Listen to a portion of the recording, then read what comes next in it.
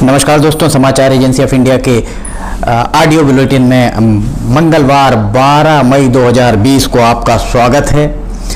प्रधानमंत्री नरेंद्र मोदी मंगलवार की रात 8 बजे राष्ट्र को संबोधित करेंगे। इसके पहले प्रधानमंत्री के द्वारा 14 अप्रैल को देशवासियों को संबोधित किया गया था।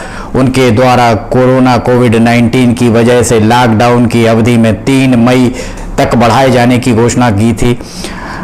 प्रधानमंत्री नरेंद्र मोदी के द्वारा सोमवार को वीडियो कॉन्फ्रेंसिंग के जरिए देश के राज्यों के मुख्यमंत्रियों से बातचीत की और लॉकडाउन को लेकर अपनाई जाने वाली रणनीति के बारे में 15 मई तक मुख्यमंत्रियों से विचार साझा करने की बात कही है। प्रधानमंत्री ने मुख्यमंत्रियों से लॉकडाउन में दी जा रही ढील से उत्पन्न हो रही समस्याओं से निपटने की योजना का खाका भी बताने की बात कही है। यह अपील की गई है। प्रधानमंत्री ने कहा है कि जो कदम लॉकडाउन के पहले चरण में उठाए गए थे उनकी आवश्यकता दूसरे चरण में नहीं रह गई थी। इसी तरह दूसरे चरण के लॉकडाउन की आवश्यकता तीसरे चरण में नहीं रह गई थी और तीसरे चरण में किए गए उपायों की जरूरत चौथे चरण में नहीं रह जाएगी। भारतीय रेलवे के द्वारा सोमवार से विशेष यात्री रेलगाड़ियों की रेल सेवाओं की सेवा आरंभ की है। आरंभ में रेलवे विभाग के द्वारा 15 रेलगाड़ियां चलाई जा रही हैं। इन रेलगाड़ियों को नई दिल्ली स्टेशन से विशेष रेलगाड़ी के रूप में चलाया जा रहा है और ये अगरतला, डिब्रूगढ़, पटना, बिलासपुर, हावड़ा, भुवनेश्वर, रांची, बंगलुरु, सिकंदराबाद, चेन्नई, मडगांव, तिरुवनंतपुरम, मुंबई सेंट्रल और जम्मू तवी की ओर रवाना होगी। वहीं से ये रेलगाड़ियां वापस भी आएंगी। इन 15 रेलगाड़ियों को शुरू करने के बाद उपलब्ध कोच के आधार पर नए मार्गों पर कुछ और विशेष रेलगाड़ी चलाए जाने की रेलवे विभाग की योजना है। जानकारी रेलवे विभाग के उच्च पदस्थ सूत्रों ने समाचार एजेंसी ऑफ इंडिया से चर्चा के दौरान उनके द्वारा कहा। सूत्रों ने बताया कि इसके पहले कोविड-19 केयर सेंटर के लिए 20,000 डिब्बों और फंसे हुए श्रमिकों के आवागमन के लिए रोजाना 300 श्रमिक विशेष रेलगाड़ियों के आरक्षित डिब्बों की समीक्षा की जाएगी कि उनकी स्थिति क्या है।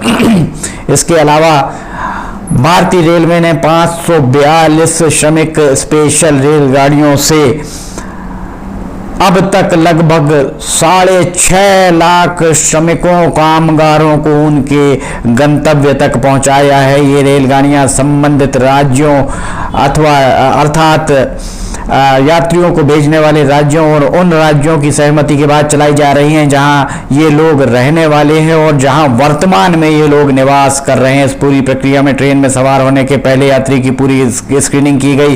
यात्रा के दौरान उन्हें मुफ्त भोजन, पानी भी प्रदान किया गया तथा सुरक्षित दूरी पर वे बैठें, ये व्यवस्थाएं भी सुनिश्चित की गई। ज़्यादातर रेलगाड़ियाँ विभिन्न राज्यों जैसे छत्तीसगढ़, बिहार, आंध्र प्रदेश, झारखंड, कर्नाटक, हिमाचल प्रदेश, महाराष्ट्र, मध्य प्रदेश, राजस्थान, तमिलनाडु, तेलंगाना, उड़ीसा, उत्तर प्रदेश और बंगाल से अपने अपने गंतव्य स्थलों तक पहुंच गई हैं। इन रेलगाड़ियों में प्रवासी मजदूर, तीर्थयात्री, पर्यटक, छात्र और अन्य लोगों को रेलगाड़ी के जरिए ले जाया गया और ये पूरा कार्य गृह मंत्रालय के निर्देश के बाद आरंभ किया गया है। खाड़ी देशों में फंसे 880 से ज़्यादा मजदूरों भारतीय नागरिकों को वापस लेकर 5 विमान स्वदेश के लिए उड़ान भरेंगे। दुबई से 2 विमान कन्नूर और मंगलूर पहुंचेंगे। विदेशों में फंसे भारतीयों को वापस लाने के लिए सबसे बड़ा अभियान वंदे मातरम मिशन के अंतर्गत 180 भारतीयों को लेकर एक उड़ान कल रात सोमवार की रात कुआलालंपुर से चेन्नई हवाई अड्डे पहुंची। इसमें 58 महिलाएं और 3 बच्चे भी शामिल हैं। निर्धारित नियमों के अनुरूप यात्रियों को क्वारंटीन में भेज दिया गया है। ओमान में मस्कट और सऊदी अरब से दम्माम से 2 और विशेष उड़ानें चेन्नई पहुंच रही हैं। दम्माम चेन्नई उड़ान केरल में कोच्चि हवाई अड्डे पर भी रुकेगी। वंदे मातरम अभियान के मिशन के तहत